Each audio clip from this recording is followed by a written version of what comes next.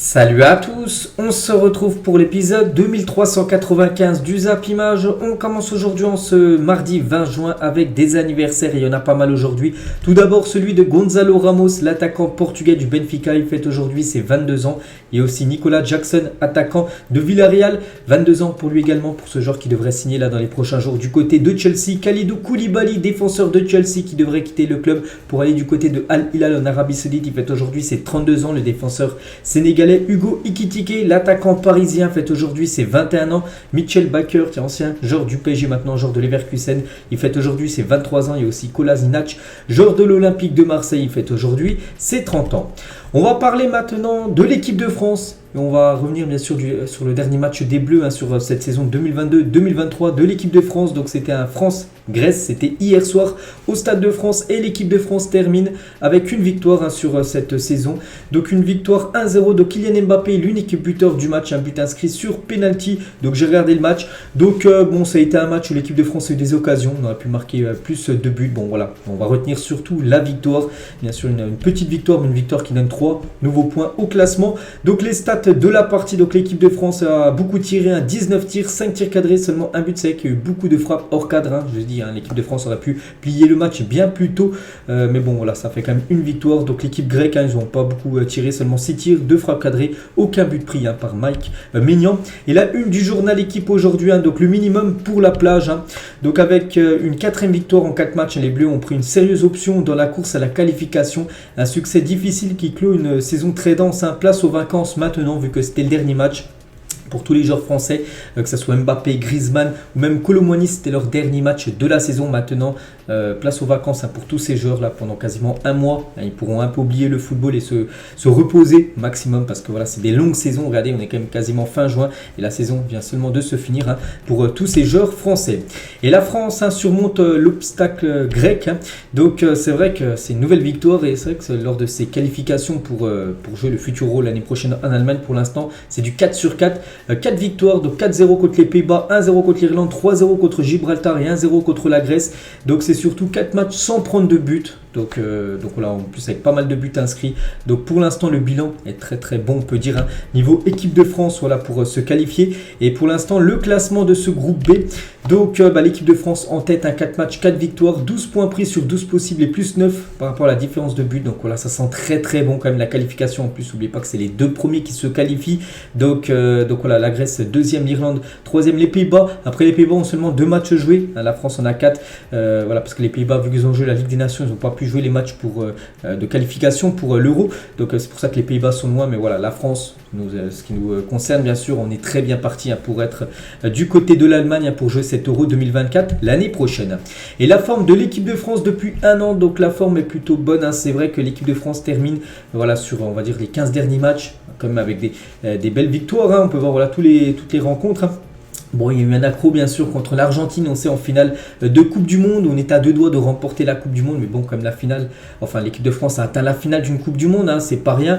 Donc il y a eu un échec contre la Tunisie en match de poule, mais bon, c'était pas grave, il y avait eu aussi un échec contre le Danemark et contre la Croatie. Donc la régularité est impressionnante quand même pour faire le bilan de cette saison côté équipe de France. Le bilan est bon, pas non plus très bon parce que sinon ça aurait été bien sûr une victoire en Coupe du Monde. Voilà, le bilan est bon bien sûr, avec 4 matchs là, 4 gagnés pour se qualifier pour le futur Euro et bien sûr une finale quand même de Coupe du Monde jouée en décembre dernier. La compo d'hier les gars, donc Didier Deschamps a mis vraiment les meilleurs joueurs disponible directement titulaire. C'est quasiment pour moi la meilleure équipe possible que peut aligner Deschamps côté équipe de France avec Kolo Muani, Coman ou même Kylian Mbappé en attaque. Donc voilà, toujours sur ce match hier, quelques photos bien sûr de cette rencontre. Il y a Mike Maignan avec un nouveau clean sheet pour lui du côté des Bleus et Kylian Mbappé bien sûr. On va parler de Kylian Mbappé parce que c'est l'unique buteur du match, un but inscrit sur penalty, un penalty qui a été retiré parce qu'au début il avait été arrêté par le gardien grec, puis après il a été retiré, ce penalty ensuite marqué par Kylian. Et avec ce nouveau but, Kylian monte son total à 40 buts en équipe de France pour Mbappé à seulement 24 ans. Je ne sais pas si vous vous rendez compte, c'est énorme ce que réalise Kylian Mbappé. Tous les autres joueurs de l'équipe de France qui avaient marqué minimum 40 buts, ils ont marqué, ils ont passé cette barre des 40 buts inscrits en bleu après leur âge de 30 ans. Et Mbappé, il a seulement 24 ans. Donc voilà, pour vous comparer avec les autres légendes de l'équipe de France. Donc 70 sélections déjà avec l'équipe de France pour Kylian Mbappé avec son match hier. C'est fou à 24 ans, hein. Donc 40 buts en 24 ans, ce mec est fou. Donc il va écraser toutes les autres records, hein. Par exemple le record là de Giroud qui est, je sais plus, à 54 buts inscrits en équipe de France, et plus qu'à 14 buts de revenir sur ce record là, Kylian Mbappé, alors qu'il a quasiment 10 ans de moins que Giroud, même plus, hein, voilà, même 12 ou 13 ans de moins. Donc voilà, Mbappé, les gars, bien parti pour devenir certainement le meilleur joueur de l'histoire de l'équipe de France, hein. Dans quelques années on pourra dire ça, hein. Et toujours avec Kylian, hein. Donc record, Mbappé devient le meilleur buteur français sur une saison avec 54 buts, hein. Donc voilà, en inscrivant un penalty contre la Grèce, hein, Mbappé inscrit son 54e but de la saison, club plus sélection, et devient le meilleur buteur français sur une saison. Il dépasse ainsi un certain Juste Fontaine qui en avait marqué 53 en 57, 58. Donc Mbappé, 54 buts, hein. Donc voilà, c'est incroyable ce qu'il a réalisé, bien sûr, un Kylian Mbappé, et c'est un record, hein. Voilà, il efface le record de Juste Fontaine. Et toujours avec Kylian Mbappé, donc 54 buts cette saison. Donc il est au même niveau que Erling Haaland, lui aussi 54 buts cette saison du côté de Manchester City et du côté de la Norvège. Après, l'attaquant de Manchester City joue ce soir son dernier match de la saison face à Chypre. Il y a Norvège, Chypre, et si les buteurs, en gros, il dépassera le total de Kylian Mbappé, vu que Mbappé ne jouera plus, hein, pour cette saison, vu que c'était son dernier match hier.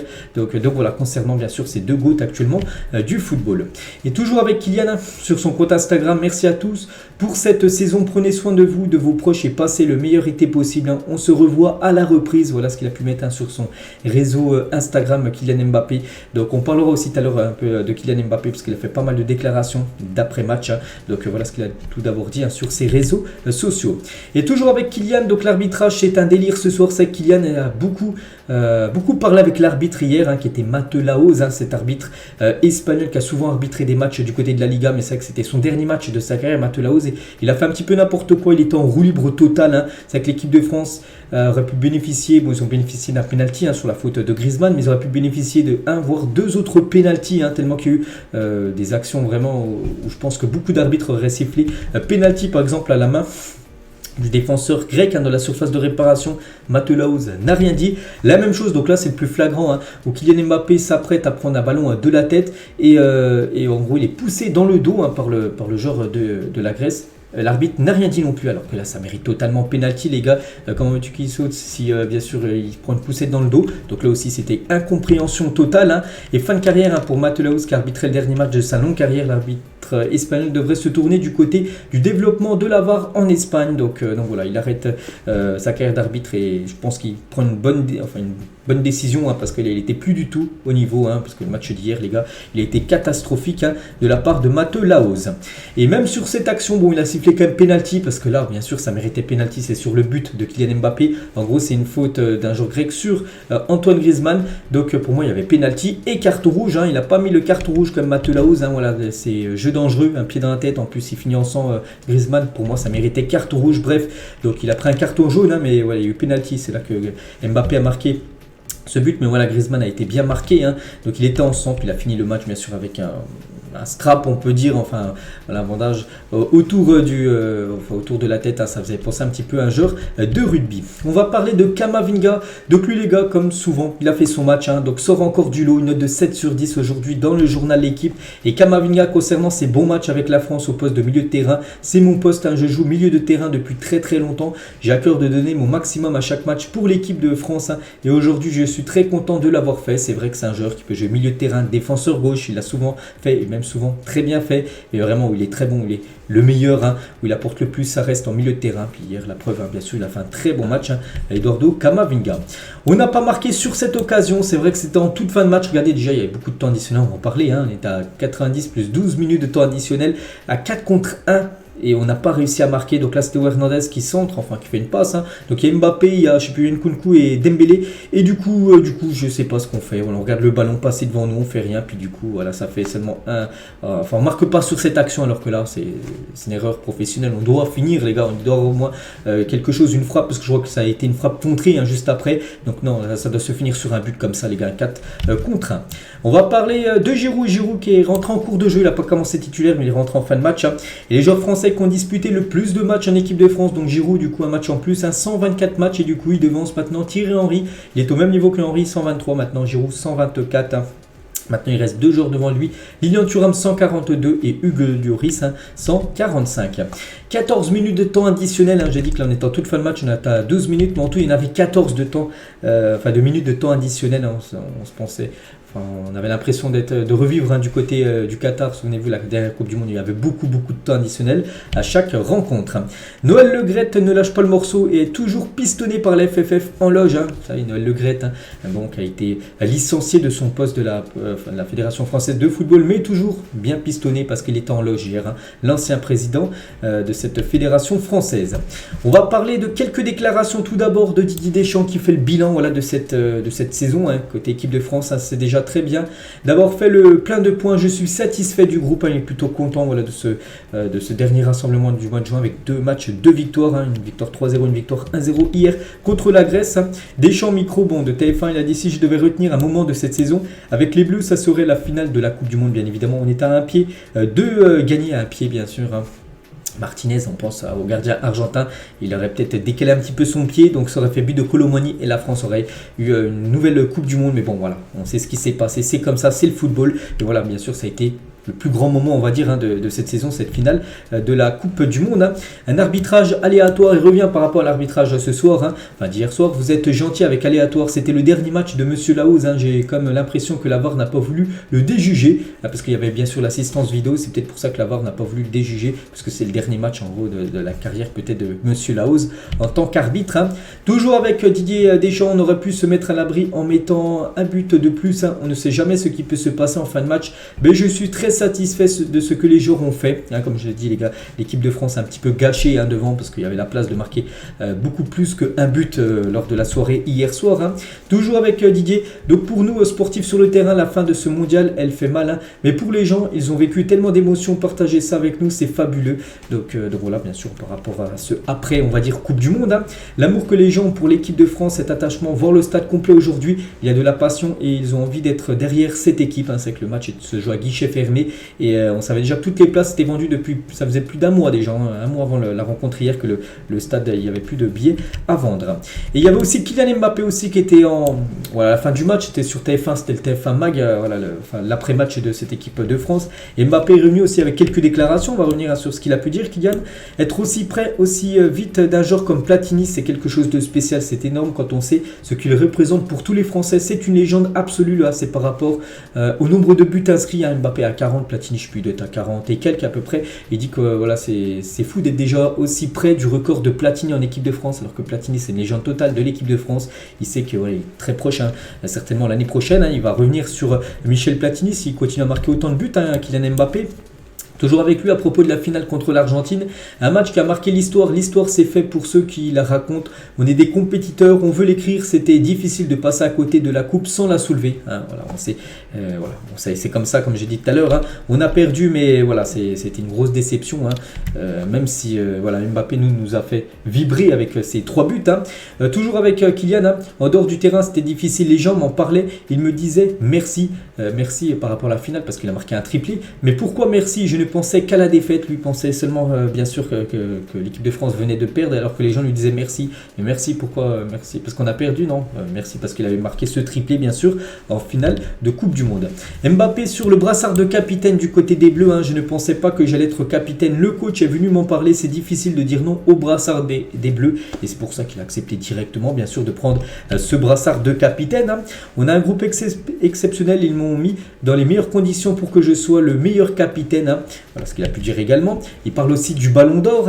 Donc c'est difficile de parler d'un trophée individuel parce qu'il faut se mettre en avant et ça ne passe pas toujours pour le grand public. Je pense que je corresponds aux critères. Je dirais oui. En gros, Mbappé confirme qu'il mérite de remporter le ballon d'or. Bon, on sait que ça va être compliqué parce que il a fait une belle Coupe du Monde. Il a fini comme meilleur buteur de la Coupe du Monde. Mais s'il y a aussi en niveau club qu'on regarde. Et en club, il a fini meilleur buteur du championnat français, en Ligue des Champions. Et là, ça coince bien sûr pour Kylian Mbappé. Donc je ne pense pas qu'il remportera le ballon d'or. Il finira certainement dans le top 5. Kylian Mbappé, je ne pense pas sur le podium, mais le top 5, 4 ou 5e place. Donc pour lui, il mérite le ballon d'or. C'est vrai qu'il mérite avec un triplé en Coupe du Monde, tout ça.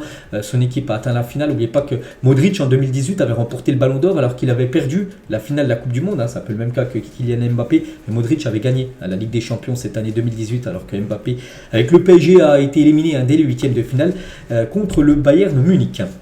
Et il parle aussi des vacances. Ces vacances vont nous faire du bien. Il faut que les gens comprennent que c'était une saison extrêmement éprouvante. En plus, avec la Coupe du Monde en plein milieu. On a tout donné, tout ce qu'on avait. On va revenir en septembre plein d'énergie, redonner beaucoup de plaisir aux Français. Donc, je crois que c'est la dernière déclaration de Kylian Mbappé. La dernière de cette saison. Parce que Mbappé maintenant place aux vacances méritées pour lui et pour tous les autres joueurs qui ont joué hier cette rencontre. Et pour finir cette rencontre hier, les joueurs ont porté le maillot de l'équipe féminine lors de leur réchauffement avant la Coupe du Monde. Le mois prochain, n'oubliez pas que la Coupe du Monde, ça commence dans un mois, jour pour jour, la Coupe du Monde féminine. Ça commence le 20 juillet, on est le 20 juin. Cette Coupe du Monde s'est déroulée en Australie et en Nouvelle-Zélande. Et en gros, les joueurs français hier ont porté le maillot des filles pour leur envoyer de la force avant, bien sûr, cette compète qui commence dans un mois, jour pour jour. Et donc, la saison des Bleus est terminée. Un mot sur cette saison, je vais dire bonne saison tout simplement. Donc voilà, c'était une bonne saison avec bien sûr tout ce qui s'est passé. On continue avec les autres rencontres de la soirée d'hier. Tout d'abord l'Angleterre qui joue contre la Macédoine du Nord. Bon, sans souci pour les Anglais, 7-0 ils ont gagné. Donc Harry Kane doublé, Rashford buteur, Calvin Phillips buteur et Bukayo Saka triplé du jeune joueur de Arsenal. Donc ça a été 14 tirs, 10 tirs cadrés, 7 buts. À la Macédoine c'est 0, aucune frappe dans le match, même pas une frappe cadrée, rien du tout. Donc voilà, l'Angleterre sans souci. Et Saka a inscrit son premier triplé en sélection nationale face à la Macédoine du Nord, en plus un triplé express en 12 minutes, 39e, 47 et 51e minute. C'était fait pour Bukayo Saka avec son premier triplé, on va dire, du côté de l'Angleterre. Et à 21 ans, Saka est devenu hier soir le plus jeune joueur à réussir un triplé pour l'Angleterre depuis Theo Walcott en 2008. Il avait eu 19 ans à l'époque, Theo Walcott, quand il avait inscrit un triplé. Donc lui a 21 ans. Donc félicitations à Bukayo Saka. On va parler aussi de la Turquie qui joue contre le Pays de Galles hier. Et les Turcs, belle victoire 2-0 de la Turquie avec un magnifique but de Güler. Donc tout d'abord les stats de la rencontre. Donc 14 tirs, 5 tirs cadrés, 2 buts pour la Turquie. Il y a un magnifique but de ce joueur que j'entends de plus en plus parler. C'est un jeune joueur, une pépite du Fenerbahçe. Je crois qu'il je ne sais même pas s'il a plus de 20 ans. Je crois qu'il a 19 ou 18 ans. Bref, il est très jeune. Il a marqué un magnifique but. J'ai pas vu le match, mais j'ai vu son but. Donc enroulé du pied gauche, lucarne opposé l'autre côté. Donc très beau but de ce nom qu'il faut surveiller, ce jeune Arda Güler, qui est pisté par beaucoup d'équipes, dont le Paris Saint-Germain. Il y avait aussi l'équipe suisse contre la Roumanie. La Suisse, c'est un... Enfin non, il y a eu 2 partout, les gars. Qu'est-ce que je dis? Donc pourtant la Suisse a dominé, mais la Roumanie a obtenu ce point du match nul. Et on va parler de Hamdouni qui a inscrit le doublé côté suisse. Donc 22 ans avec la Suisse, 5 sélections, 5 buts. Regardez, c'est 5 premières sélections.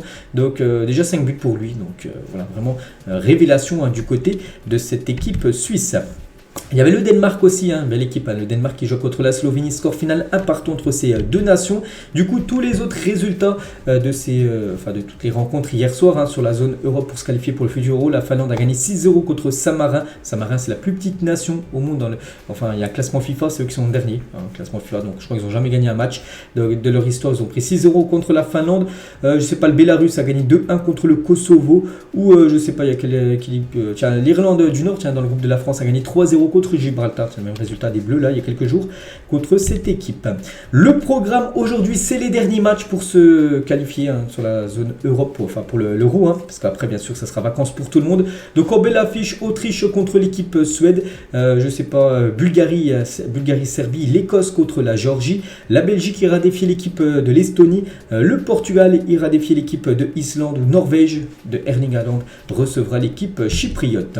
Il y a aussi des matchs pour se qualifier du côté du continent africain, Burundi, Namibie, Éthiopie, Malawi et Soudan, Mauritanie. On parlera bien sûr de ces résultats.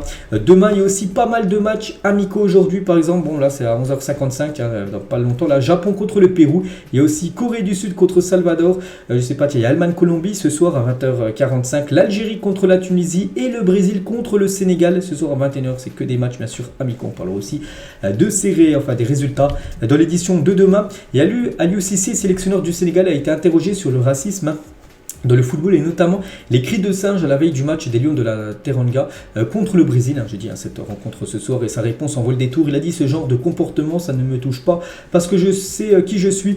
J'ai une autre manière de vivre ma négritude. Je sais qui je suis, je sais qui sont mes ancêtres, je connais mon histoire, je suis fier d'être noir. Vous savez même pas comment je vis ma négritude. Rien ne peut me toucher. C'est pas parce que 2-3 mecs en tribune font des cris de singe que ça va me déstabiliser dans ma façon de vivre. On a tous été victimes de ça une fois dans notre vie. Ça ne nous a pas empêché d'avancer. Il est encore plus grave que ça. Donc voilà, il dit lui que tous les cris, tout ça, les problèmes racistes, ça ne le touche pas du tout. C'est vrai.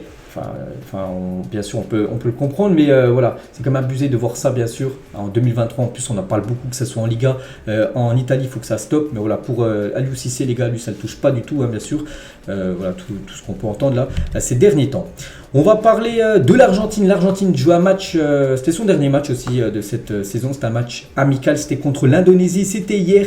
Et l'Argentine s'est imposée 2-0 pour son dernier match. Paredes et Romero, les deux buteurs de cette rencontre. Donc voilà. Et concernant cette rencontre, regardez un supporter de l'Argentine, de Léo Messi, un autre supporter de l'Argentine, et peut-être un supporter de Cristiano Ronaldo, parce qu'il a floqué tout simplement sous le maillot de l'Argentine. Le flocage Ronaldo. Voilà, donc voilà, petite info concernant ce match hier de l'Argentine. On va parler d'une très bonne nouvelle qui nous arrive de Séville. Hein.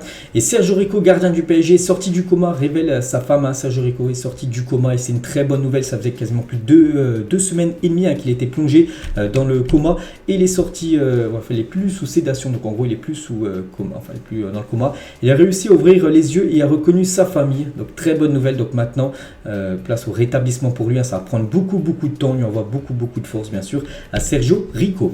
On va parler de quelques infos mercato. Donc officiel, premier recrue officiel sur ce mercato pour le FC Barcelone. Et c'est le jeune Mikhail Faye qui signe au FC Barcelone jusqu'en 2027. Ça y est, premier recrue. Déjà annoncé, il y a le R Hugo de Fabrizio Romano il y a quelques jours. Hein, ça y est, c'est signé. Donc montant de sa clause libératoire, 400 millions d'euros pour ce jeune joueur. Donc en gros, lui, c'est un jeune Sénégalais qui a seulement 18 ans et débarque du côté du FC Barcelone. Il est né en 2004. Donc je ne sais pas s'il va évoluer avec l'équipe première la saison prochaine ou peut-être avec le Barça Athletic, l'équipe B. Mais voilà, premier recrue du côté du club Blaugrana. C'est un joueur, bien sûr, surtout pour l'avenir, côté FC Barcelone. On va parler d'Edouard Mendy a trouvé un accord avec Al Ahly, donc sous contrat avec le club saoudien, Fakura jusqu'en juin 2026.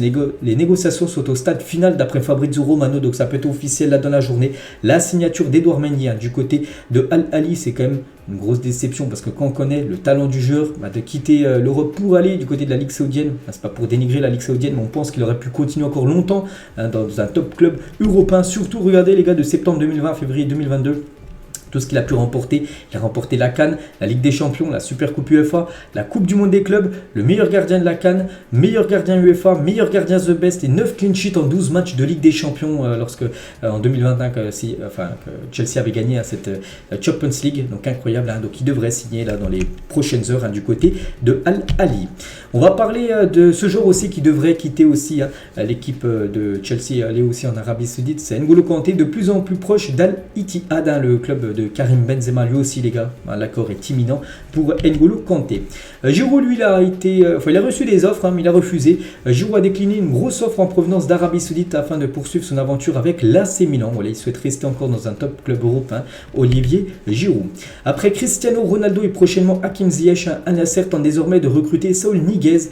Donc voilà, l'équipe de Ronaldo Al Nassr, les gars, avec Ziyech qui est quasiment fait. Voilà, un autre joueur aussi pisté, Saúl Ñíguez.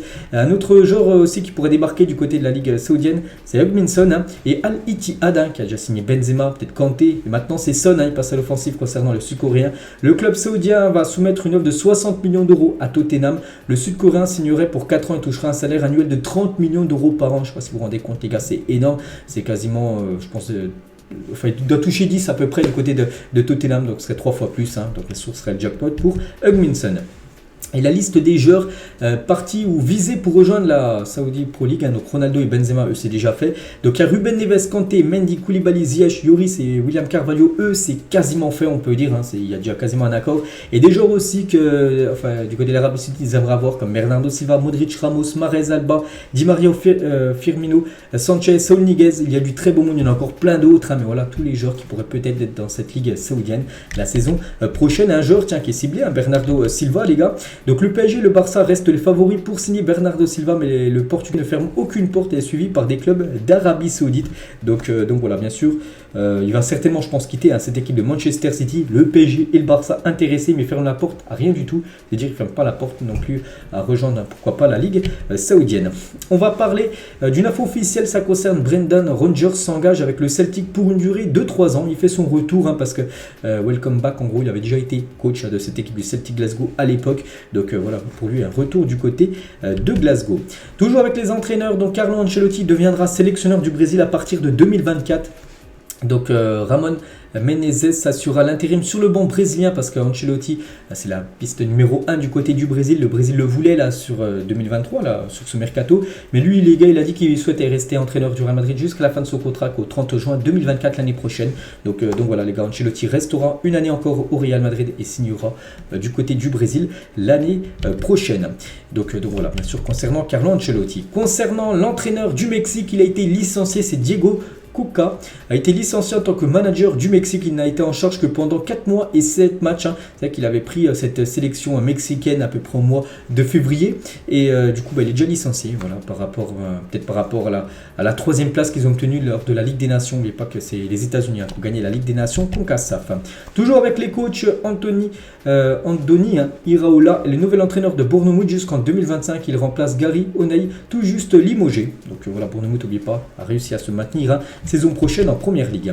Du côté de Marseille, on sait que Gallardo a refusé de prendre le banc de l'OM et du coup maintenant, celui qui est en pole position pour devenir l'entraîneur de l'OM, c'est Marcelino les gars.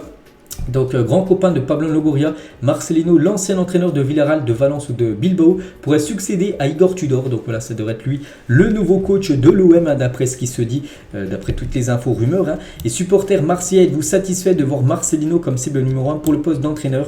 Oui, non. Et la plupart ont mis non. Donc moi j'ai mis non, bon, je ne suis pas supporter Marseille mais je voulais voir les votes. Et la plupart ont mis non les gars. Donc voilà, et c'est lui qui devrait être le futur coach de cette équipe de Marseille. Et toujours avec coach avec Marseille, lui c'est un ancien coach de Marseille, c'est André Villas-Boas, c'est la story Instagram de André Villas-Boas, donc le coach, enfin l'ancien coach de l'OM avec le maillot de l'OM et son fils les gars avec le maillot du Paris Saint-Germain. Et toujours tiens avec Marseille et le Paris Saint-Germain, voici les dates des classiques, des classicos français on va dire de la saison prochaine. Donc le premier match les gars ça se jouera au Parc des Princes, ça sera le dimanche 24 septembre 2023. Paris contre l'équipe de Marseille, le match retour est prévu le dimanche 31 mars 2024. Marseille contre l'équipe du Paris Saint-Germain, c'est officiel les dates. Donc voilà, concernant bien sûr c'est le classique français pour la saison prochaine. Toujours tiens du côté de l'OM officiel, Mathieu Louis Jean quitte l'OM et devient le nouveau directeur du recrutement de Lyon. En gros c'est le directeur de recrutement du côté de l'OM. En gros il change d'Olympique et il va cette fois-ci du côté de l'Olympique lyonnais. Des nouvelles de Kyle Walker, donc Liverpool est intéressé par Kyle Walker, donc il y a Liverpool et le Bayern Munich. Malgré les intérêts de Liverpool et du Bayern, Kyle Walker ne souhaite pas quitter Manchester City cet été et devrait même prolonger à l'aventure du côté de City, le défenseur anglais. On va parler d'un autre joueur anglais, c'est Marcus Rashford, est sur le point de prolonger avec Manchester United. Il est heureux du travail d'Erik ten Hag et il va bientôt signer un contrat à long terme. Voilà pour Rashford en fin de contrat, je crois que ça va être l'année prochaine en 2024 et devrait prolonger un nouveau gros contrat. À long terme, ça peut être 5 ans de nouveau, ce nouveau contrat. Donc voilà, Rashford devrait prolonger du côté des Red Devils. Carlos Mourinho, le président du Celta Vigo, confirme le maintien de Luis Campos pour la saison 2023-2024, parce que vous savez que c'est le directeur sportif du Paris Saint-Germain, mais il est aussi directeur sportif du côté du Celta Vigo. Voilà, c'était mis d'accord pour d'être directeur sportif des deux clubs, PSG et Celta Vigo. Et en gros, il continue du côté du Celta la saison prochaine. Pep Guardiola a dit donner un peu de temps à Xavi à Barcelone. Il nous a fallu 8 ans pour gagner la Ligue des Champions. Il a dit je suis champion d'Europe parce qu'un attaquant a raté une tête dégagée à 3 mètres. Donc voilà, l'attaquant qui a raté une tête à 3 mètres, c'est Lukaku. C'est grâce à ça, cette tête loupée, on peut dire, de Lukaku, parce qu'il était tout seul et il aurait décalé à 1 mètre à côté, ça faisait but. Égalisation de l'Inter. Là, c'est grâce à cette tête loupée que Manchester City est champion d'Europe. Et Pep Guardiola toujours, non, Kylian ne rejoindra pas Manchester City. Vous savez déjà où il veut aller. On pense tous bien sûr à l'équipe du Real Madrid. Des nouvelles de Busquets qui devrait rejoindre Lionel Messi en s'engageant en faveur de l'Inter Miami jusqu'en 2025. La signature du contrat pour intervenir dans les prochaines heures. Voilà, donc c'est imminent. Busquets du côté de l'Inter Miami. Il y a déjà Messi, d'avoir Busquets. On parle aussi de Jordi Alba aussi qui devrait rejoindre cette équipe de l'Inter Miami. Et on annonce aussi peut-être, j'ai bien dit peut-être, Luis Suarez. Donc voilà, bien sûr le Barça Prime à l'époque. Ils vont peut-être se retrouver du côté de l'Inter Miami. Rudy Garcia a officiellement été présenté par la presse, par le Napoli. Depuis quelques jours, la semaine dernière, on a appris que c'était le nouveau coach de Naples. Et voilà, il était présenté à la presse aujourd'hui, Rudy Garcia. On va parler de Domenico Tedesco, donc c'est le nouveau sélectionneur de la Belgique, se dit surpris et choqué par le comportement de Thibaut Courtois. Pour ceux qui n'ont pas vu l'after zap image hier, j'avais dit que Courtois ne veut pas jouer ce soir le match contre l'Estonie. Pourquoi? Donc Thibaut Courtois ne voudrait pas prendre part du match face à l'Estonie en raison de l'alternance de brassard de capitaine de la Belgique. Le gardien ne s'est pas présenté au centre d'entraînement hier et du coup il ne devrait pas jouer ce soir parce qu'en gros il en a marre voilà, qu'il n'y a pas de capitaine numéro 1 parce qu'un coup c'est lui, un coup c'est Kevin De Bruyne. En gros un match sur deux. Il y en a un qui a le brassard et le match d'après c'est De Bruyne. Un coup c'est Courtois, l'autre après c'est Kevin De Bruyne. Il aime pas ça et en gros il est mécontent par rapport à la situation du brassard. Il veut que vraiment soit c'est lui ou soit c'est Kevin De Bruyne qui n'a pas bien sûr le brassard une fois sur deux et c'est pour ça en gros qu'il a snobé on peut dire l'entraînement hier et qu'il ne gagnera pas ce soir le match de la Belgique contre l'Estonie. Et on finit les gars cet épisode aujourd'hui avec Zinedine Zidane et les larmes de Zidane après avoir été nommé parrain d'une association pour enfants malades du cancer. Donc voilà bien sûr le légendaire Zidane, parrain de cette association bien sûr pour venir aux enfants en aide du cancer. C'était hier donc voilà. Donc voilà ce qu'il y a à dire aujourd'hui. J'espère que ça vous a plu donc on se retrouve cet après-midi à l'After Zap Image. Beaucoup d'infos et sinon demain les gars sur cette chaîne demain matin pour le prochain numéro. Bon mardi à vous et à demain.